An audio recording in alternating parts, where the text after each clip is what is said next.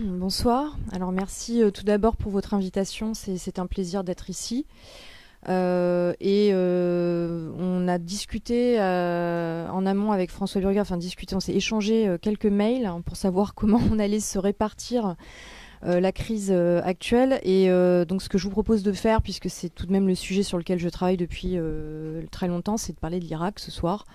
Ce qui fait d'ailleurs sens, hein, parce que, comme vous le disiez, on s'attache beaucoup à la Syrie pour des raisons historiques, de familiarité, et puis parce que la Syrie, en un temps record, a sombré dans la dévastation. Mais je vais revenir tout de même sur la racine irakienne de ce dont on parle aujourd'hui, l'État islamique, et essayer... donc je parlerai de la situation en Irak, de la manière dont ce groupe s'est développé, et qu'est-ce que Daesh, parce que c'est vrai qu'on est dans une phase de surmédiatisation, d'appropriation de l'objet par un certain nombre, je vais me risquer à dire de grand n'importe quoi souvent, de la part de commentateurs qui n'ont pas connu l'Irak, qui n'ont pas d'accès direct aux sources.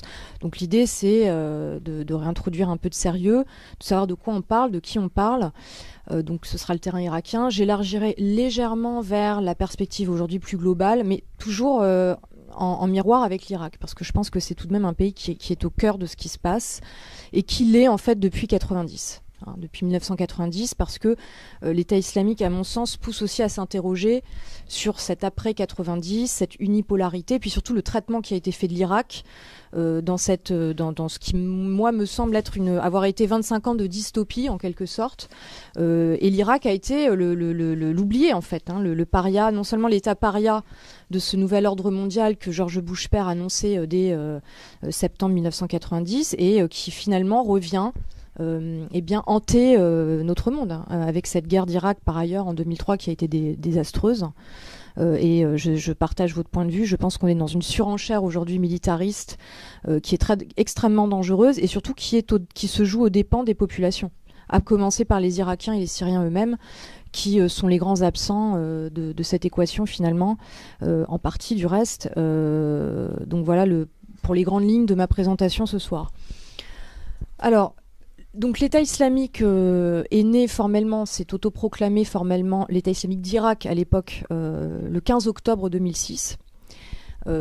C'est un mouvement complexe, un objet, je dirais, complexe, qui est à la fois éminemment politique. Et là, je le dis pourquoi, parce qu'on a beaucoup entendu après le 13 novembre que finalement c'était... on revient à l'essentialisme, hein, à cette approche de l'islam comme étant intrinsèquement opposée à ce que nous sommes, le clivage Orient-Occident. On parle beaucoup de choc des civilisations, mais enfin, on est un peu comme vous le disiez, dans cette espèce de dictature de la pensée. L'État islamique est avant tout une réaction politique à un ordre établi dans l'après 2003, donc après l'invasion américaine de l'Irak, contre les sunnites, au sens large. Alors, si ça vous intéresse, j'ai un chapitre de mon objet sur la construction de l'ennemi, la manière dont les choses se sont faites en amont de la guerre, et la manière dont on a diabolisé la frange sunnite de la population irakienne. Alors c'était toute la thèse à l'époque de la connexion Saddam-Ben Laden. Donc l'islam sunnite est devenu en quelque sorte le démon qu'il fallait absolument purger, parce qu'il symbolisait à la fois l'autoritarisme arabe, enfin aux yeux d'une certaine frange des décideurs américains. Pour les détails, encore une fois, je vous renvoie à mon ouvrage. Et d'autre part, l'international djihadiste. Donc c'était toute la thèse qui avait été publiée dans The Weekly Standard, qui est une revue néoconservatrice américaine, qui s'appuyait sur des faits contestables et qui ont été d'ailleurs contestés. Mais du reste, ça a profondément influencé la pensée stratégique américaine, sans compter que la majeure partie de l'opposition irakienne était chiite et kurde, coupée du pays depuis très longtemps, et a largement, en tout cas pour certaines franges, alimenter cette lecture très communautariste de l'Irak, qui ne correspondait en fait quasiment pas à ce que l'Irak était devenu en 2003. Donc ça, c'est important pour comprendre pourquoi en 2003, donc dès les premières semaines qui suivent l'invasion américaine et la chute du régime, on va avoir d'une part des opérations militaires dans les régions, dans les provinces majoritairement sunnites, extrêmement brutales, Ça, c'est tous les incidents qui se sont produits. Je vous renvoie aux images particulièrement choquantes à l'époque de l'armée américaine qui cagoulait les hommes, qui rentrait dans les maisons, qui arrêtait les femmes. C'était particulièrement choquant. Alors même, et je précise, que ces provinces, notamment la province d'Al-Anbar, qui est la grande province de l'Ouest irakien, avait tenté une forme de gouvernance improvisée dans l'immédiat après Saddam pour justement éviter le bain de sang. Donc il y a eu quand même un moment d'attentisme où notables, religieux, population locale du côté sunnite étaient dans l'expectative, voulaient voir ce que cette libération promise par les Américains allait donner, se sont organisés de manière encore une fois improvisée pour éviter l'anarchie, le chaos, n'avaient pas directement appelé à la lutte armée contre les Américains, mais c'est cette répétition, cette multiplication des bavures de l'armée américaine, et encore une fois, dont certaines très graves, ces détentions arbitraires, on parle beaucoup aujourd'hui des prisons et du rôle que ça a joué dans la formation de l'État islamique, ces détentions arbitraires, elles ont commencé dès 2003, un certain nombre d'hommes, et pas seulement en réalité les bassistes qu'on prétendait pourchasser, se sont retrouvés arrêtés arbitrairement sans raison et envoyés sur les bases américaines qui faisaient office de système carcéral donc à l'époque. Autre problème, cette fameuse, donc j'ai parlé des bassistes, débassification, qui donc est la mesure qui va être prise par décret par l'autorité provisoire de la coalition sous la tutelle à l'époque de l'administrateur civil Paul Bremer, et qui va... alors il y a eu des débats à l'époque entre le département d'État et le Pentagone sur l'ampleur que cette mesure devait prendre. Il faut quand même savoir que le département d'État, où on a une tradition d'arabisant, où on a une tradition où des connaisseurs de la région avaient dit attention, une mesure large va créer les conditions du chaos. Donc eux préconisaient ce qu'ils avaient appelé à l'époque dans le jargon américain la déssadamisation, donc en identifiant les cercles qu'il fallait finalement neutraliser. Et malheureusement, on a encore une fois cette tendance dure du côté plutôt Pentagone qui va, elle, préconiser une mesure large. Alors ça se traduit très, très simplement par quoi? Non seulement par l'élimination du régime, enfin dans la forme, parce qu'en fait ces gens reviendront. On parle aujourd'hui beaucoup du rôle des bassistes dans l'État islamique, mais ce qu'on appelle le parti basse, qui lui-même avait énormément évolué, je vais revenir sur cet aspect, s'est reconstitué dans la clandestinité. Et là, de ce point de vue, je vous renvoie quand même à l'histoire qui a été celle du Parti basse. Le Parti basse est né de l'action militante clandestine. Donc tout cela était prévisible. Mais au-delà des premiers cercles du régime, du parti, des forces paramilitaires, il faut quand même dire que cette mesure, elle va en fait entraîner un effondrement de ce qui restait d'État irakien. Et pourquoi je dis ce qui restait d'État irakien? Parce qu'il n'en restait pas grand-chose en réalité depuis la guerre contre l'Iran, et surtout au bout d'une décennie de sanctions, d'embargo, qui avaient littéralement ravagé l'Irak, qui avaient réduit très clairement le contrôle qu'exerçait le régime sur le territoire et sur sa population. Ce dernier s'est maintenu par un certain nombre d'arrangements, notamment par exemple avec les tribus. Ce sont les tribus qui, pendant toutes les années 90, dans les localités sunnites, mais pas seulement, vont par arrangement avec le régime, même si ces dernières détestent Saddam, bien souvent, l'arrangement va être de maintenir l'ordre, la sécurité, en contrepartie de quoi? De la contrebande pétrolière. Donc je ne vais pas faire le détail de l'histoire de l'embargo, mais l'embargo, on n'en parle pas beaucoup. Je renvoie d'ailleurs à la brillante thèse qui a été soutenue par ma collègue Loulou Al-Rachid, qui est la seule en fait à avoir travaillé sur cette période, qui montre le dépérissement de l'ordre politique dans ce pays. Et il y a aussi les travaux de Peter Harling qui sont très bons, mais tout cela était méconnu, notamment des Américains qui ont complètement, si vous voulez, ignoré cet état de dévastation, de destruction de la société, les permutations du régime lui-même, ce qui était devenu ce régime bassiste, et qui ont procédé par catégories très idéologiques, très dogmatiques, aveugles, qui ne voulaient rien entendre. Autre mesure catastrophique, c'est évidemment le démantèlement de l'armée, qui d'ailleurs, alors c'est intéressant parce que c'est Paul Bremer, par souci d'auto-affirmation, qui va, malgré les certaines instructions qui seront données depuis Washington, décider de manière unilatérale le 16 mai 2003 de procéder au démantèlement de l'armée par un décret qui passe relativement inaperçu en fait à l'époque, qui fait partie de de la série de décrets de la coalition, mais qui va jeter à la rue toute une infrastructure militaire, notamment sunnite, les officiers, bon, évidemment les hauts gradés du régime, qui évidemment prennent les armes. Alors ce que j'aimerais dire de ce point de vue, c'est que l'insurrection, le soulèvement, enfin l'insurrection c'est le terme américain, mais en fait c'est une résistance armée. Il faut quand même bien le dire, à l'origine de l'État islamique, on a une résistance armée qui a des catégories qui se pensent comme une résistance anti-impériale, anti-coloniale, de défense face à une occupation étrangère. Donc ça, il faut le dire, c'est pas des terroristes, enfin, on va les qualifier de terroristes, mais eux se disent résistants. Et évidemment, on a un spectre d'appartenance idéologique. Donc on a une tendance islamo-nationaliste. Alors pourquoi je dis ça? Parce qu'on va souvent, à l'époque, dans la littérature militaire américaine ou dans les analyses qui sont faites, on a tendance à dissocier la tendance nationaliste de la tendance islamiste. Mais ce qu'il faut quand même savoir, c'est que c'est des musulmans, tout simplement, qui par attache à leur pays, à leur patrie, et parce qu'ils ont l'impression, enfin la conviction que c'est une agression, non seulement contre l'Irak, mais contre les musulmans, qui prennent les armes.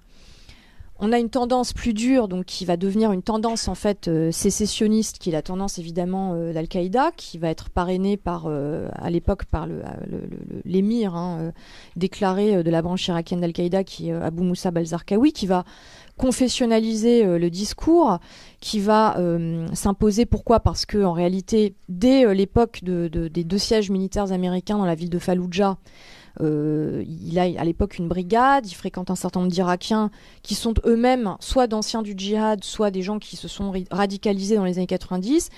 Et ces gens se sont imposés sur le terrain militaire pour des raisons très, très prosaïques. C'était les meilleurs au combat, les plus déterminés, ils avaient des ressources, ils étaient prêts vraiment à tous les sacrifices contre l'armée américaine. Et ils ont développé cette culture du combat, cette culture de la résistance. Donc ça a attiré dans les rangs énormément de gens, d'autant que du côté sunnite, on avait vraiment dès cette époque, en fait 2004-2005, le sentiment que finalement c'était que l'Irak était assiégé, littéralement assiégé, par un gouvernement qu'il qualifiait de collaborateur, par un gouvernement par ailleurs, donc en tout cas à Bagdad, majoritairement chiite, à la solde de l'Iran, contre les intérêts de l'Irak. Et ça a alimenté à la fois le discours de la mouvance, comme je l'ai dit, nationaliste irakienne, et le discours des plus durs, donc des salafistes, dans le sens d'une revanche sunnite. C'est le sens de mon ouvrage. Dès cette époque, on a vraiment ce revanchisme, cette idée de reconquête du pouvoir qui se met en place au sein de ces différents mouvements. Alors, la question du soulèvement armé en Irak, elle est intéressante parce que on a beaucoup des débats déjà à l'époque en Irak qui vont se poser par la suite en Syrie. Et je suis particulièrement critique pour ma part des classifications qu'on fait entre groupes parce que les choses sont extrêmement fluides sur le terrain. Et on a des thèmes unificateurs entre ces groupes, il faut quand même le savoir. Quand je parle de fluidité, c'est une question de ressources, d'accès aux armes, et encore une fois de zèle militaire qui fait que un groupe aujourd'hui comme l'État islamique va attirer dans ses rangs. Pourquoi? Parce que ce sont les gagnants face à ce qu'on va considérer comme d'autres groupes plus faibles qui ne parviennent pas à s'imposer. Donc ça, c'est vraiment des choses importantes quand on parle du terrain. Voilà comment les choses se passent. Alors, je reviens à l'Irak. Au niveau donc de l'État islamique, on a donc en 2004 cette montée en puissance de la frange salafiste. Alors cette frange, elle inclut des combattants étrangers, mais aussi une frange irakienne. Et c'est là que l'Irak revient au centre du jeu parce que ces Irakiens aujourd'hui qui tiennent le groupe, Al-Baghdadi et d'autres, sont des enfants du pays, mais surtout des gens qui se sont radicalisés très tôt dans les années 90 en réaction au régime de Saddam, il faut le savoir.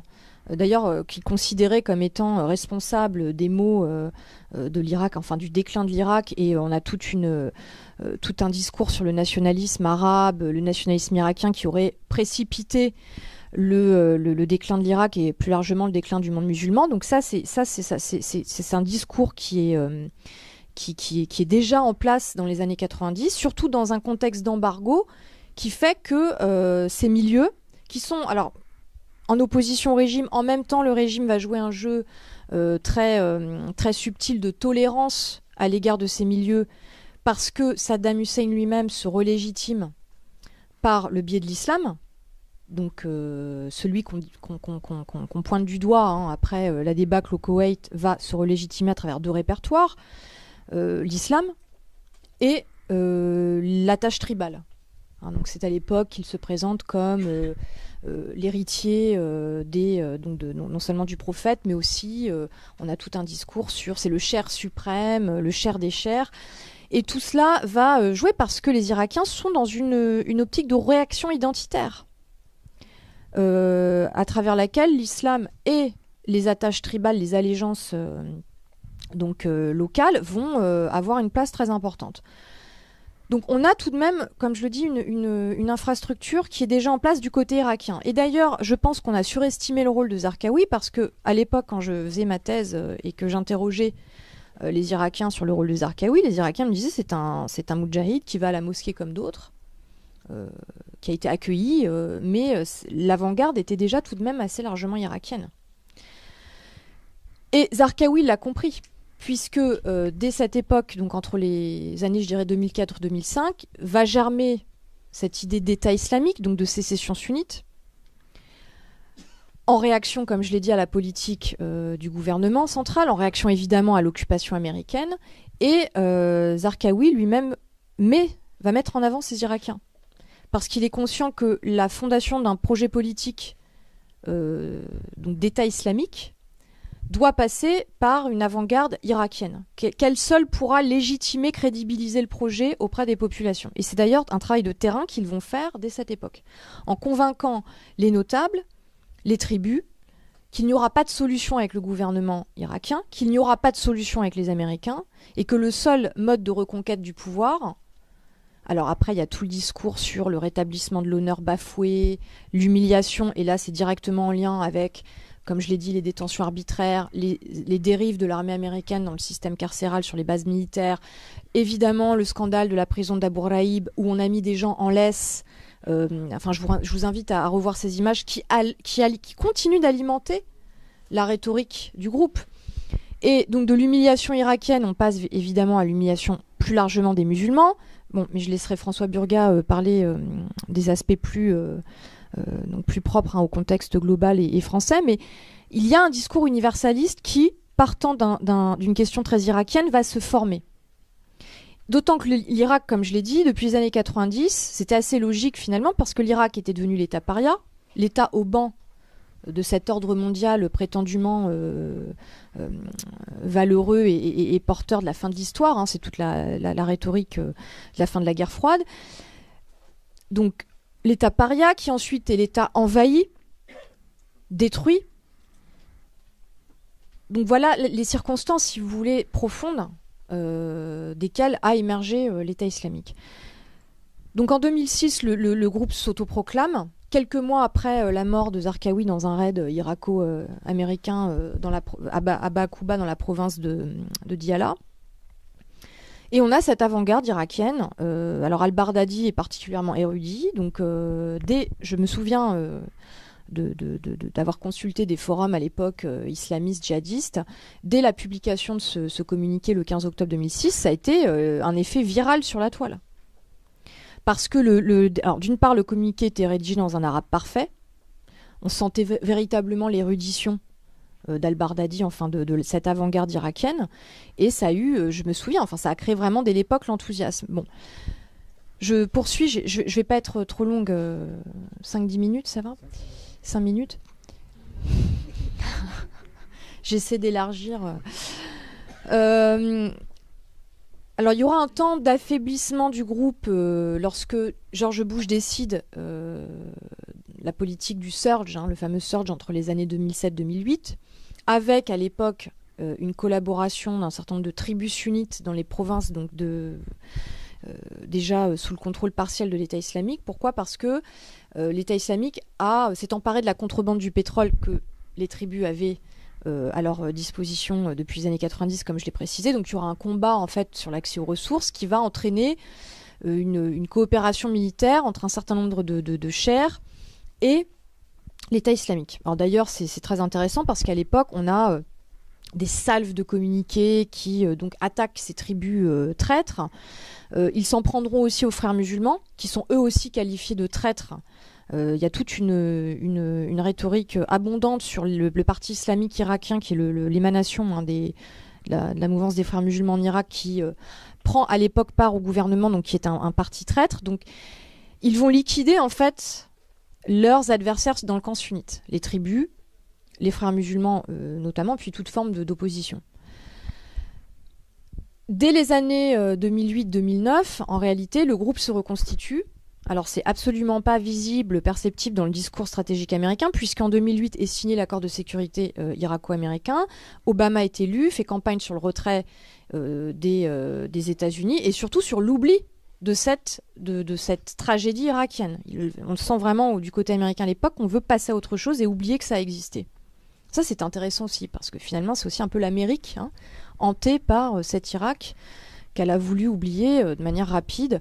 Donc les phases du retrait se déroulent entre 2008 et 2011. Première phase de retrait des villes où l'armée américaine était très présente en 2009. Dès cette époque, ça c'est intéressant, dès l'été 2009, donc phase du retrait des Américains, on a des attaques spectaculaires revendiquées par l'État islamique d'Irak qui sont complètement en fait passées sous silence. Ça, c'était vraiment frappant, passé sous silence. 2010-2011, un processus politique, enfin, j'ai pas eu le temps de revenir sur ça, mais qui est complètement, en fait, moribond. Les sunnites vont essayer de jouer la carte alaoui en 2010, la carte d'un retour à une forme de nationalisme qui va être un échec. Pourquoi ? Parce qu'à l'époque, Nouri al-Maliki, qui a été donc l'ancien Premier ministre irakien, qui a été investi en 2006, va en réalité faire une forme de coup d'État, et s'emparer de tous les pouvoirs, être à la fois Premier ministre, ministre de la Défense, ministre de l'Intérieur, resadamiser les cercles du pouvoir en plaçant son cousin à la tête des services de renseignement, à tel point d'ailleurs que dès l'époque on fait une comparaison entre le parti Baas et le parti Dahawa en disant que le parti Dahawa finalement c'est le nouveau parti Baas. Donc on sent d'ailleurs, c'est très intéressant ça, parce qu'on sent toute la socialisation par l'ancien système de cette opposition irakienne qu'on avait prétendument qualifié, enfin qu'on avait prétendu être informer la future démocratie du pays. Et en 2011, quelques mois avant le retrait des Américains du pays, le porte-parole du Parlement, Oussama Noujaifi, qui est un des ténors de la coalition sunnite à Bagdad, va dire au Parlement en juillet que les sunnites, désormais, après avoir défendu le nationalisme, souhaitent la sécession. Ça, c'est pas intéressant. Pourquoi ? Parce que l'État islamique n'est qu'un symptôme d'un phénomène sécessionniste sunnite plus large, y compris dans le camp de ceux qui, encore une fois, se disaient, à l'époque, qui défendaient l'option nationaliste. Après le retrait des Américains, Maliki va accroître la répression. On a je dirais, je vais finir là-dessus, une séquence de latence entre 2012 et 2013, un mouvement de protestation qui s'organise dans les grandes provinces sunnites, notamment à Anbar, autour, alors qui est un mouvement initialement pacifique, qui demande des réformes, qui demande la relance du dialogue avec le gouvernement, qui va d'ailleurs être repris par un certain nombre de partis politiques. Et malheureusement, Maliki va répondre par la répression. Ce qui va entraîner la remilitarisation de cette protestation, le retour à l'insurrection, et l'État islamique est là, au coin, en train d'attendre son heure. Et dès décembre 2013, un certain nombre d'arrangements, comme j'ai dit, ont été passés avec les tribus locales, avec des réseaux de sympathisants, pour laisser en fait le groupe prendre le contrôle. Donc le premier assaut, ce sera sur Falloujah, qui est la ville de l'État islamique. Là, je fais référence aux 2 sièges militaires américains de 2004 et au fait que l'État islamique est né à Falloujah. Donc, c'est pas des décérébrés. Le fait de prendre Falloujah en janvier, c'est vraiment l'idée 10 ans après, nous sommes de retour pour régler les comptes. Suivra Mossoul et suivra la décapitation de ces 2 otages américains dans l'habit de Guantanamo, enfin l'habit carcéral américain plus largement, avec encore une fois cette idée de revanche et de rejouer l'histoire. Et il savait pertinemment qu'il y aurait une réaction de la part de l'administration américaine, Donc ça, c'est important, vraiment, le concept de revanche, d'humiliation. On ne peut pas, si vous voulez, analyser ce phénomène sans prendre en compte non seulement la réaction identitaire qu'il y a derrière, la marginalité politique aussi, et le concept de revanche, de reconquête qu'il y a derrière cela. Et pourquoi je dis ça? Parce que le 13 novembre, alors évidemment dans l'après, comme vous le disiez, ça a été très tendu en France. On ne pouvait pas dire, par exemple, que les assaillants du Bataclan avaient parlé des bombardements sur l'Irak, sur la Syrie. Et ce qui est quand même frappant, si on se place en dehors de l'émotion brute, c'est que, comme je l'ai dit, si vous regardez, ne serait-ce que sur Internet, les profils de ces gens, la propagande, c'est évidemment ces vidéos, qui sont très politiques, mais aussi, comme je l'ai dit, les tortures de l'armée américaine, des Britanniques, qui sont encore aujourd'hui, plus de 10 ans après, mises en avant. Il y a aussi évidemment les tortures des milices chiites, dont on ne parle pas en France, mais qui sont un des credos de l'État islamique. Donc il y a un discours politique, les bombardements, les images des pertes civiles, et là c'est très important, parce que comme vous le disiez, oui, non, les bombardements ne sont pas, entre guillemets, efficaces, font surtout beaucoup de pertes dans les populations civiles, sont reprises par l'État islamique comme justification de la réaction, d'une réaction. Donc je pense qu'il faut prendre en compte, enfin pour ma part, prendre en compte ces éléments, les mettre d'ailleurs même en avant, tout comme d'ailleurs la vidéo de la fin de l'ordre de Sykes-Picot, c'est aussi la revanche contre ce qui est perçu comme étant toujours un ordre colonial. Moi, de ce point de vue, je le dis, la guerre d'Irak a été perçue par eux comme une nouvelle guerre coloniale, une invasion étrangère. Ils parlaient, en tout cas pour les premières années, je me souviens qu'on mettait souvent en avant la grande révolution irakienne de 1920, la résistance nationaliste, de la même manière que du côté de l'État islamique, c'est une résistance islamique contre ce qui est une invasion, ce qui a été une invasion coloniale, impériale, et une agression contre le monde musulman, contre laquelle il retourne une agression et ce qui s'est produit. Alors, c'est dur à entendre, c'est vrai, mais je pense qu'il faut le mettre en avant, parce que quand je lis dans la presse que c'est une réaction contre ce que nous sommes en soi... Boire du vin à la terrasse. Oui, voilà, enfin, c'est vraiment, si vous voulez, si ça convainc certains, tant mieux. Moi, ça ne me convainc pas, en tout cas. Et on a tout de même, encore une fois, un contexte au Moyen-Orient qui explique. Alors, on parlera des solutions, j'imagine. Enfin, j'aime pas non plus le terme de solution, parce que c'est évidemment, c'est pareil. Enfin, ces experts à la télé qui vous disent à longueur de journée, j'ai la solution. Les choses sont plus complexes. Donc, on en parlera dans le débat, j'imagine. Oui. Une toute petite question, parce que là, on n'y reviendra pas tout à l'heure. Comment est-ce que les Américains ont pu ne pas voir venir la catastrophe de la chiitisation sectaire du gouvernement? Pendant un temps, on disait qu'ils ne pouvaient pas. Le rapport de force politique ne permettait pas. Or, dans le film tout à fait remarquable qu'on a vu il y a 3 dimanches, un film anglo-saxon, pas l'émission extrêmement médiocre du gendre idéal, là. Comment s'appelle-t-il? J'oublie toujours son nom. Delouse, voilà. Moi, j'appelle le gendre idéal, parce que je trouve que c'est vraiment ça, quoi. Donc, dans le documentaire qui suivait l'émission, on voyait que le jour où les Américains ont décidé qu'il fallait virer Maliki, ça s'est fait en une semaine. Enfin, je veux dire, la possibilité politique de changer de cap existait, quoi. Alors, la catastrophe de la chiitisation, je ne poserai pas la question dans ces termes. Le fait est qu'on a... on n'a pas une communauté sunnite, une communauté chiite. On a des tendances diverses. Le problème est que, au niveau irakien, je dirais que tous ceux qui étaient prêts à coopérer sur d'autres bases que des bases communautaires, qui avaient un projet politique, etc., ont été mis de côté. Du côté sunnite comme du côté chiite. La communautarisation de l'Irak, c'est avant tout la politique américaine, je le dis. Ce conseil de gouvernement qui a été créé dès 2003, sur la base de quotas.